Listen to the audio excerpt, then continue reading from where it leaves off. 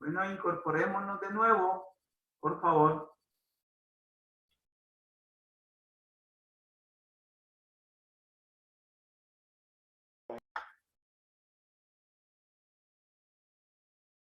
Bien, nos habíamos quedado con esta idea. Resulta que volver a una nueva normalidad o a una normalidad renovada, culturalmente, significa mucho. Porque sería como el proceso, ¿sí?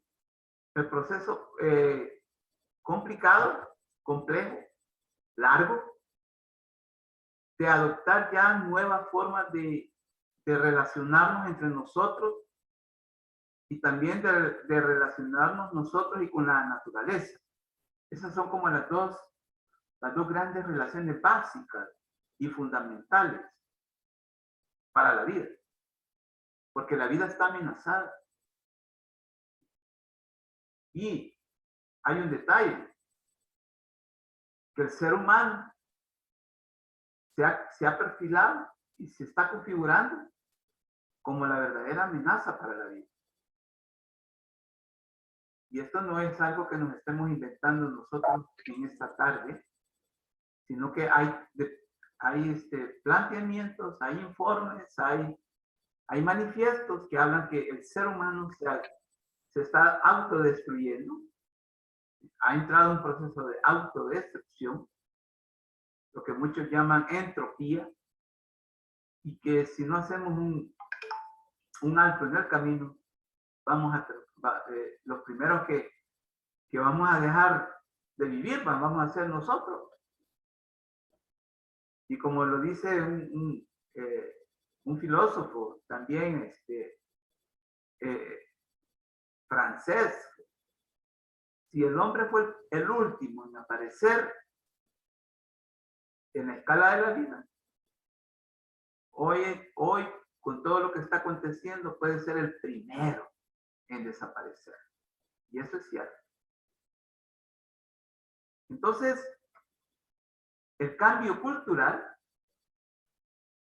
el deber ser, nos invita a que volvamos a lo básico. ¿Y qué es volver a lo básico? Volver a lo básico significa, según lo que hemos planteado aquí, empezar a valorar que para prevenir el COVID-19 tenemos que ir adoptando pautas y hábitos de conducta, ¿sí? Los cuales nos lleven pues a valorar un protocolo mínimo biopsicosociosanitario. Aquí está la palabrita. Biopsicosociosanitario. Es una palabra compuesta, pero que se va a tener que poner de moda. Biopsicosociosanitario. Y entonces, para prevenir todo eso, el virus del COVID y de otros que vengan, usando como sustancias básicas de higiene, como la lejía, el alcohol, y no digamos el agua, que es lo más fundamental. Y hablábamos que aquí en El Salvador es un problema el agua. Volver a las actividades al aire libre, ¿va? Hacer ejercicio, ¿sí? Pero en espacios abiertos, al aire libre, ¿sí? Etcétera. Esa es vuelta a lo básico. Y la otra tiene que ver con el bienestar. ¿Sí? Se apertura una forma de entender la atención médica durante a como, o diferente a como la conocían. ¿Sí? Ojo, se apertura una forma de entender la atención médica diferente a como la habíamos conocido. La crisis sanitaria en la que estamos inmersos nos ha hecho tomar mucha más conciencia sobre nuestras vidas y sobre nuestra salud. Pues resulta que las relaciones sociales en los distintos espacios y tiempos se establece con apego a protocolos mínimos sociosanitarios en lo público y privado, incidiendo en nuestro pensar, sentir y actuar inspirado en el criterio universal. Cuidar y cuidarme. Vacunarme para poder vivir y convivir con todos y todas.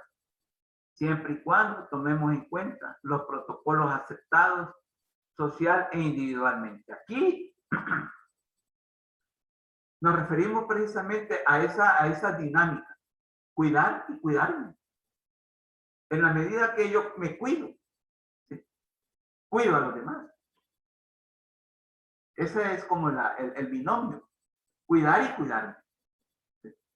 Si yo me cuido, puedo cuidar a los demás. Pero si yo me descuido, voy a descuidar a los demás. Y como estamos ahora con la vacunación, increíble, pero ya, bueno, muchos creían que la vacuna no iba a venir tan pronto, pero la vacuna pues ha venido a ser como una medida también que ha contribuido, si no a que desaparezca el virus, sino con una contención del virus. Por eso es que es necesario la vacunación, porque si tomando las medidas tenemos que vivir y convivir, tenemos que vacunarnos.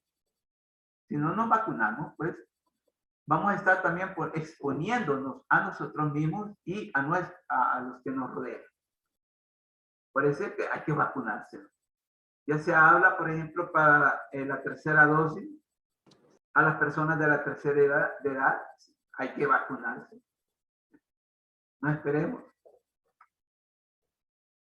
Tiene sentido pensar que a partir de ahora vamos a tener una actitud mucho más proactiva y diligente para prevenir posibles enfermedades, pero al mismo tiempo para mejorar la sensación de bienestar general. Sentir que nos cuidamos genera una especie de efecto placebo que nos hace sentir bien con nosotros mismos. ¿Qué es este efecto placebo? El efecto placebo es aquel efecto en el cual uno siente complacencia, ¿sí? Satisfacción de que por nuestra forma de actuación, por nuestro modo de ser, se está ocurriendo un bienestar. ¿Sí? Gracias a esa forma de que estamos nosotros procediendo. Ese es el efecto placebo.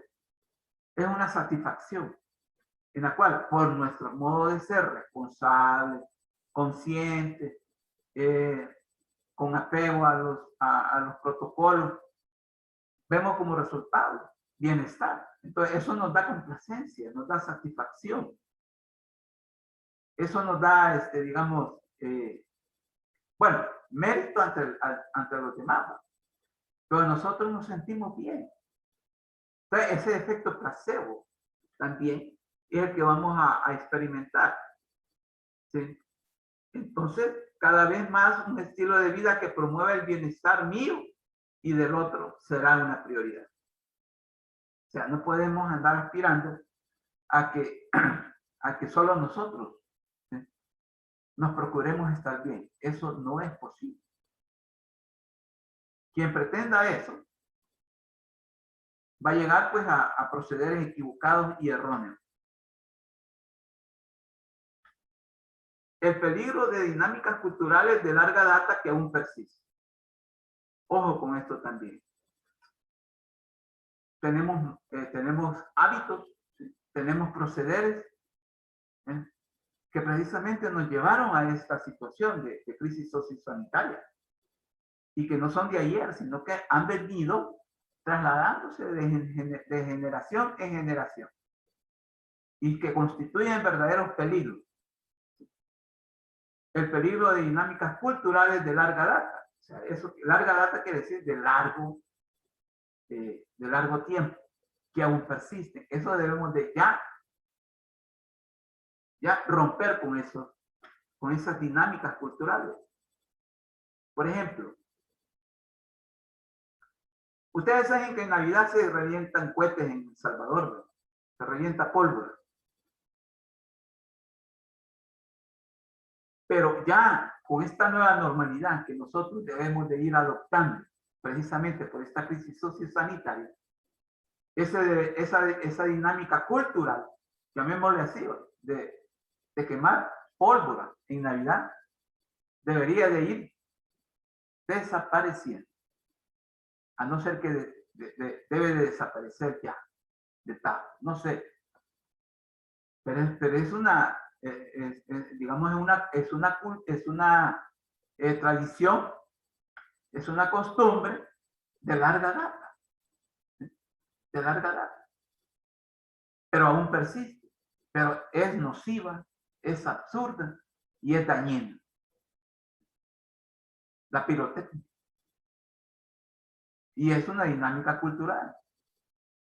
Ojo, lo que yo les decía al principio de la clase. Hay prácticas culturales que pueden parecer, digamos, absurdas, incluso, culturalmente hablando. Y yo les decía, bueno, lo que deshumaniza, sí, sí, tenemos que superar. Y el reventar puestos, no, yo no sé, para mí no humaniza. O humaniza. Les preguntaría a ustedes. A mi percepción no, porque afecta a varias personas. Pero es bien contradictorio porque así como afecta, también es fuente de empleo. Pero sí, a mi percepción sí afecta más. Porque, por ejemplo, los perritos y los animalitos se ponen mal. Las personas con alguna discapacidad se ponen mal. Y, o sea, es algo que sí se tendría que ir quitando poco a poco, pero como la gente ve que las personas como que están en el poder lo hacen, porque, por ejemplo, cuando hay alguna fiesta cívica, cuando hay, o sea, algún evento, lo siguen haciendo. Entonces, sí, o sea, me imagino que dicen, si lo hacen ellos, ¿porque nosotros no? Correcto. Isa Calderón, tienes tu razón, en realidad. La cultura, una cultura no se una cultura no desaparece, es que nunca va a desaparecer la cultura.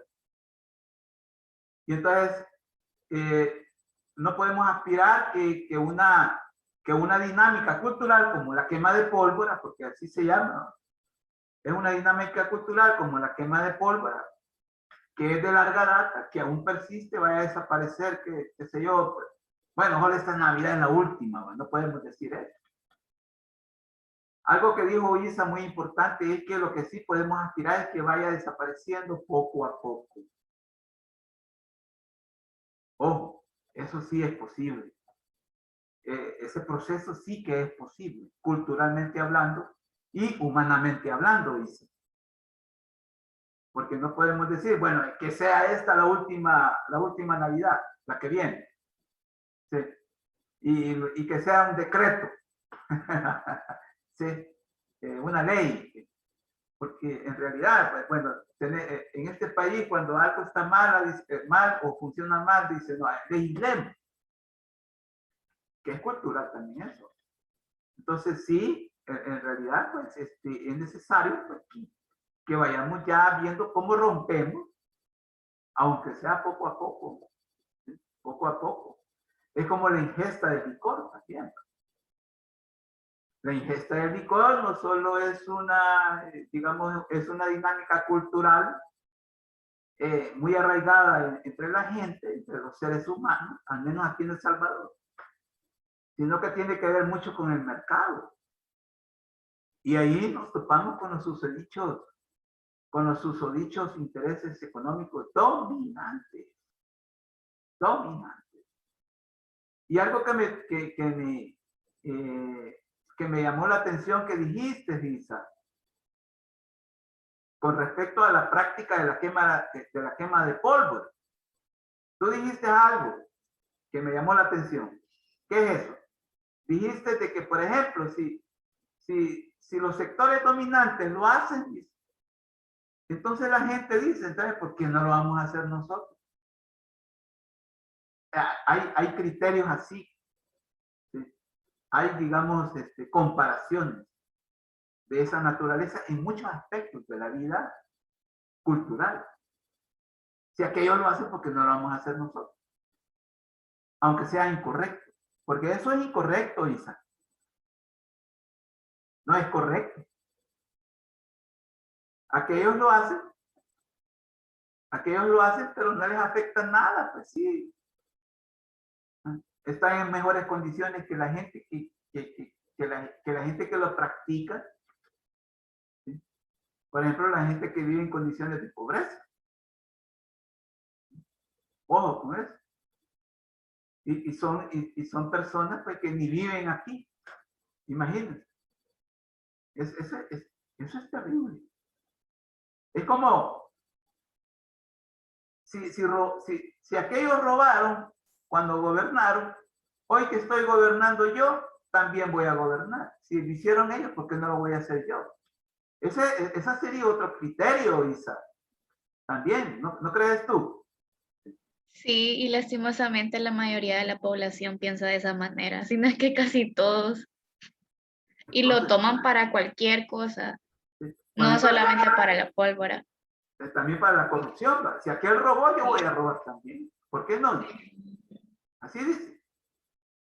Entonces, y eso es cultural, es una dinámica cultural. ¿Que es incorrecta? Sí, pero es cultural. Ahora, pero mire que es una práctica anticultural. Ahí sí va, pero ya nos metemos en el rollo antropológico del análisis de la cultura. Esta es una clase de sociología en la cual no podemos como enfrascarnos en eso. Nosotros ahorita, Isa, lo estamos viendo, y demás compañeras y compañeros, lo estamos viendo como una relación dominante, y que esa relación dominante le da cabida a otras relaciones accesorias o subordinadas a practicar el mismo criterio. Eso es lo que estamos explicando en términos sociológicos. Entonces, obviamente, pero de nuevo, vamos a tener que ir bien, aspirar a esto poco a poco. ¿Sí? Poco a poco, porque vienen niños, que estos niños ya no se les vaya construyendo un imaginario colectivo en el cual, pues, la quema de pólvora, el problema de la corrupción, ¿verdad? También se les vaya desconfigurando ya eso. Pero eso solo no somos nosotros, ustedes. Y como hablábamos de los responsables, ¿se acuerda, Isa? No, Iris era la cosa. Iris Herrera, creo que. ¿Se acuerdan? Hoy somos nosotros los responsables. Los culpables hasta ya se murieron, muchos. Bien. Por otra parte, la noción de una normalidad renovada no debe pasar desapercibida la necesidad de una convivencia pacífica, tolerante, fraterna y solidaria. No porque antes de la pandemia se experimentaban unas relaciones como tales. Sí, eso no quiere decir de que antes de la pandemia nosotros vivíamos pacíficamente o tolerantemente o fraternalmente o solidariamente. Pero la pandemia puede constituirse en una oportunidad de cambiar rotundamente y vivir pacífica, tolerante, fraternal y solidariamente. Claro que sí. ¿Sí? Claro que sí. Entonces, es necesario fomentar y construir valores duraderos, nuevos y buenos. Y son eso, la tolerancia, la fraternidad y la solidaridad.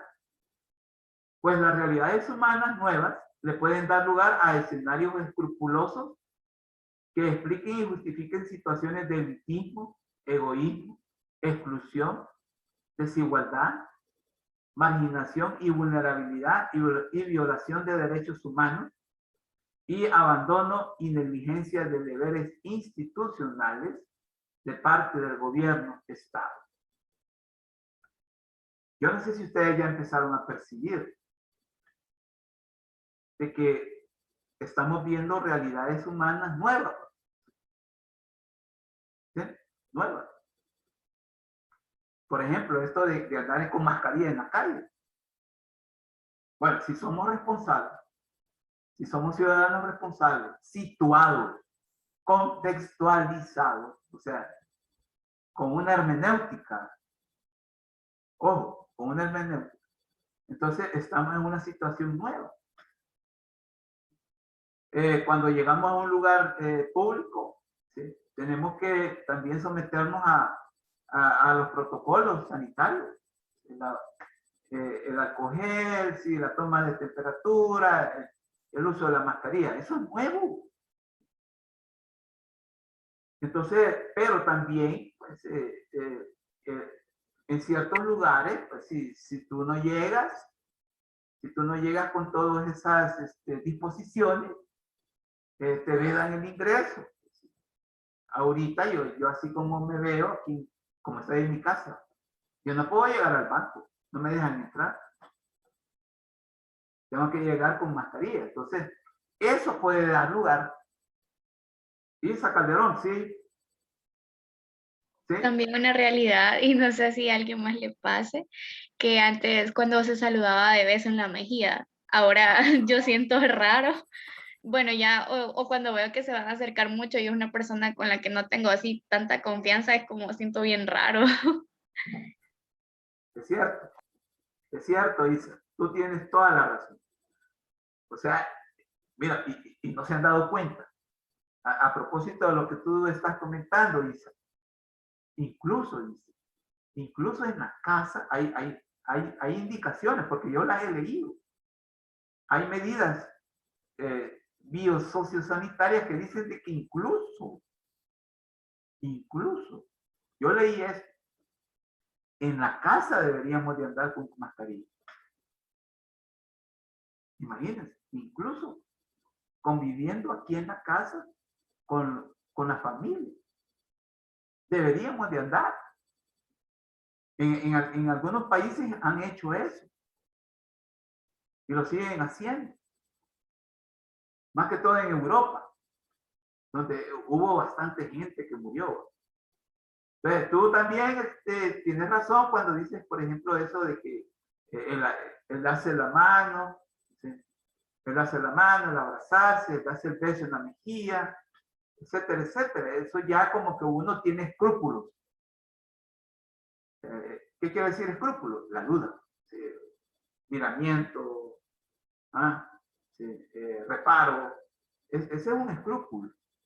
Ese es un escrúpulo. Entonces, ya la gente tiene esos escrúpulos. Y entonces, pero si ustedes pueden ver en el mundo de las relaciones, uno puede caer puede pecar incluso, caer en los extremos de los escrúpulos. Y por eso es que decimos esto, ¿sí? Pues las realidades humanas nuevas le pueden dar lugar a escenarios escrupulosos. Aquí yo hablo de un escenario escrupuloso en el sentido de que por andar ya rechazando, el andar saludando, el andar abrazándonos, el andar besándonos, podemos llegar a excluir a alguien o a marginar a alguien. Porque tampoco podemos caer en eso, Isa. ¿Sí?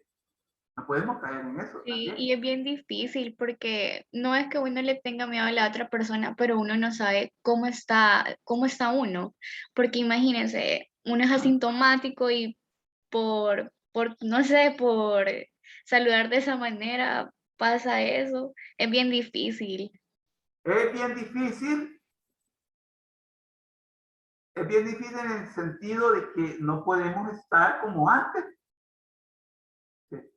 Debemos de guardar la distancia. Eso es necesario. Debemos de estar con personas con las que no convivimos, como dicen, no son de nuestro clúster. ¿No? Y es que ese es un término que con la pandemia apareció. No son de nuestro clúster, entonces debemos de tener reparos, pero no en ese sentido no quiere decir de que vamos a incluirlo en términos de, por ejemplo, imagínense, bueno, los que están en el banco, o los que están en una tienda, en un área donde tienes que servirle a la gente. Solo que ahora con todas esas medidas biosociosanitarias. Entonces no podemos caer también en una deshumanización. En una deshumanización, ¿sí?, que justifique ciertos elitismos, ciertos egoísmos, exclusión, desigualdad. A eso vamos. Y hasta violar los derechos humanos, porque eso puede dar lugar también a violación de derechos humanos. Y yo me pongo a pensar en los hospitales. Ustedes van a trabajar en hospitales. Imagínate, Isa, en el cubículo o en la clínica que a ti te toque atender a la gente. No querrás, pero ni tocarlo, ni tomarle la presión, etcétera. Entonces, no podemos caer también en extremismo. A eso me refiero yo. En unos extremismos. Claro, precaución. Precaución. Entonces, esto yo lo traigo a colación, o la clase lo trae a colación, porque está dando lugar a violación de derechos humanos y al abandono de deberes institucionales también por parte del gobierno y del Estado. Es un tema muy delicado, claro, es muy delicado.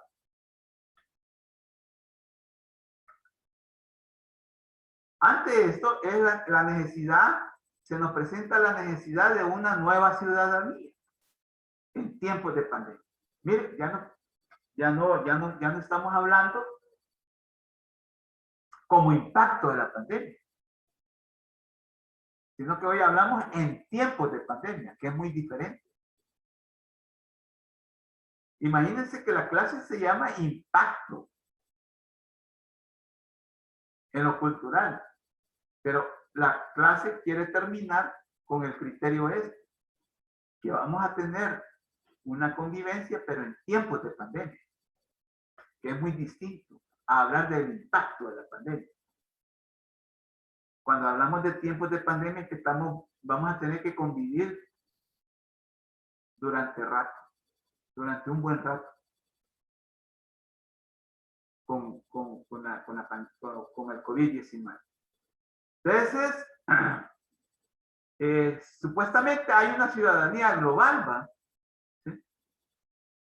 ¿En qué consiste esta ciudadanía global? La pandemia es la primera gran crisis de un modo globalizado.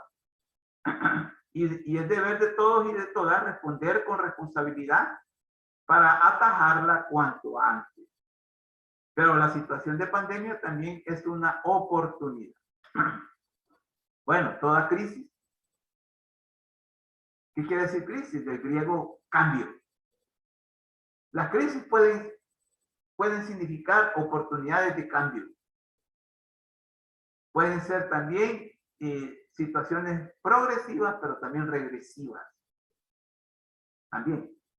Entonces, una oportunidad para avanzar en la construcción de un sentimiento de pertenencia compartida, de empatía global, una oportunidad de impulsar la conciencia de que somos un todo interconectado.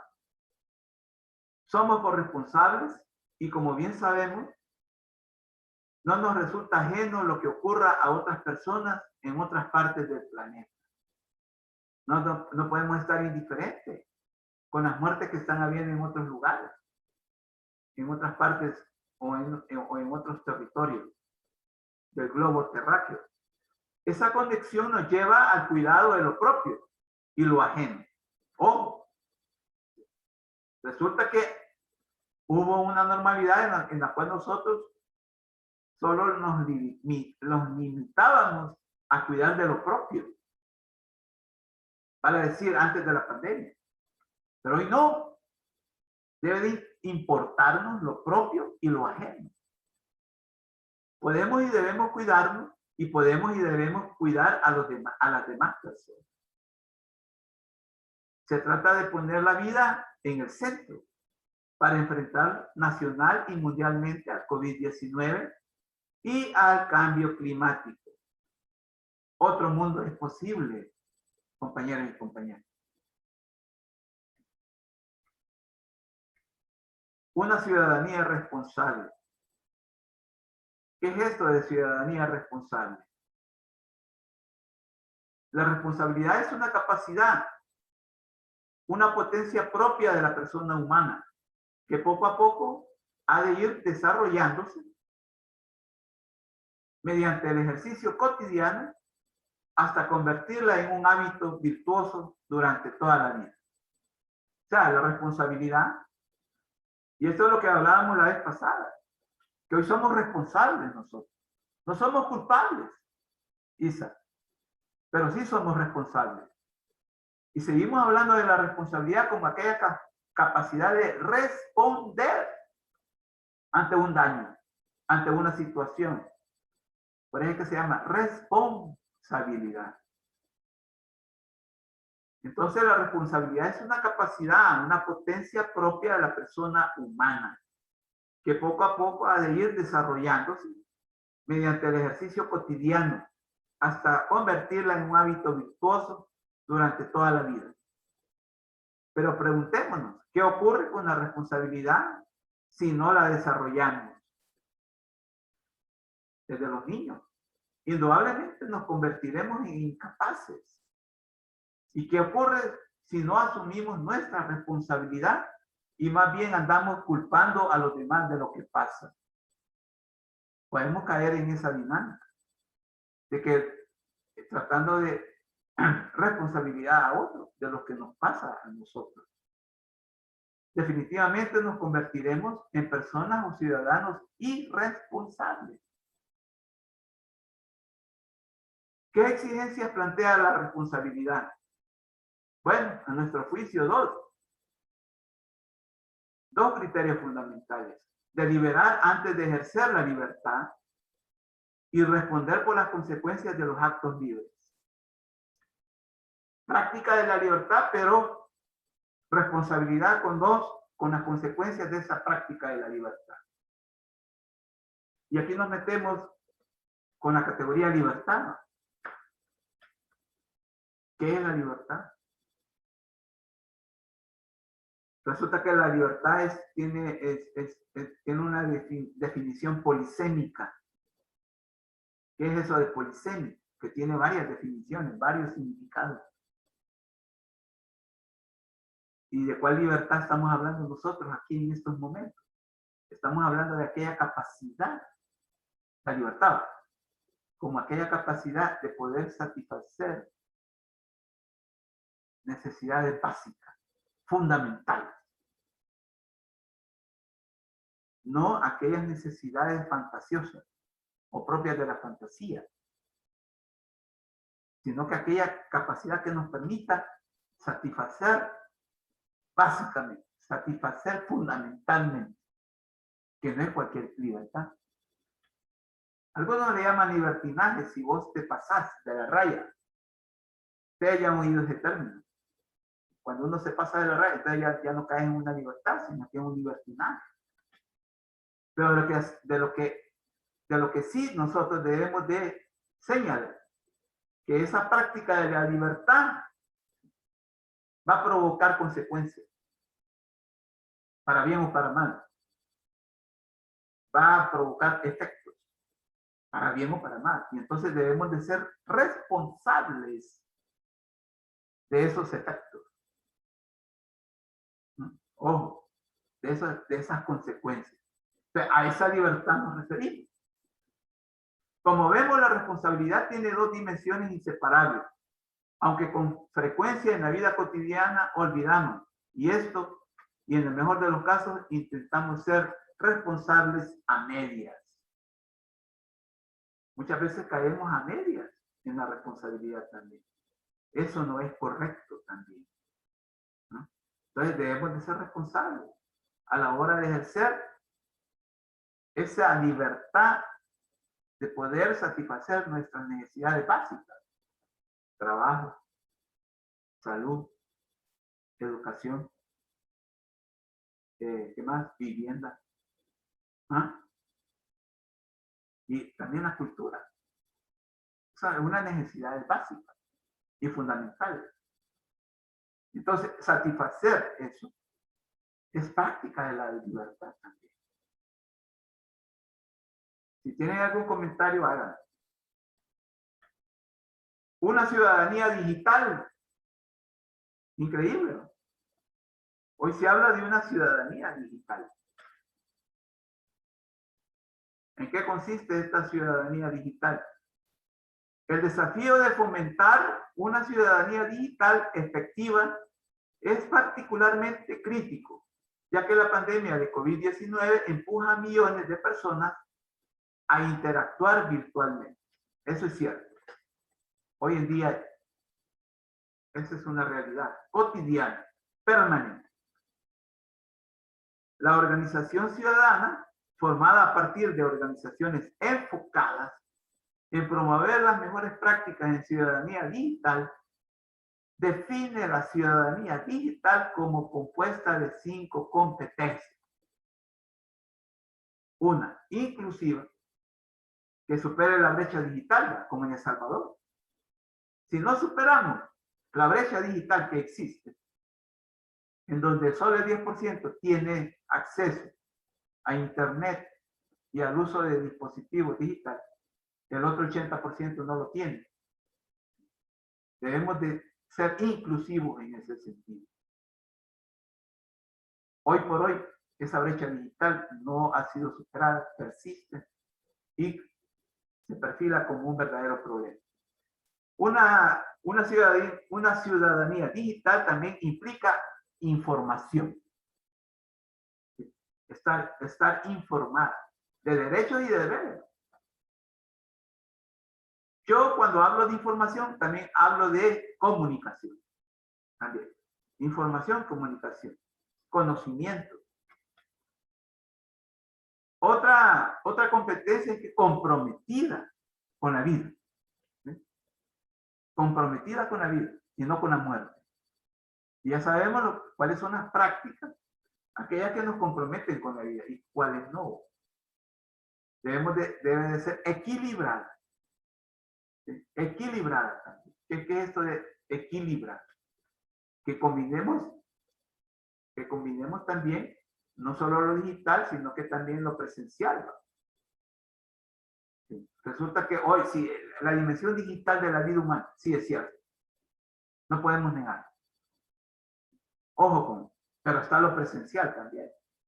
No todo porque se ha venido el rollo o la ola digital, todo lo vamos a querer hacer digital.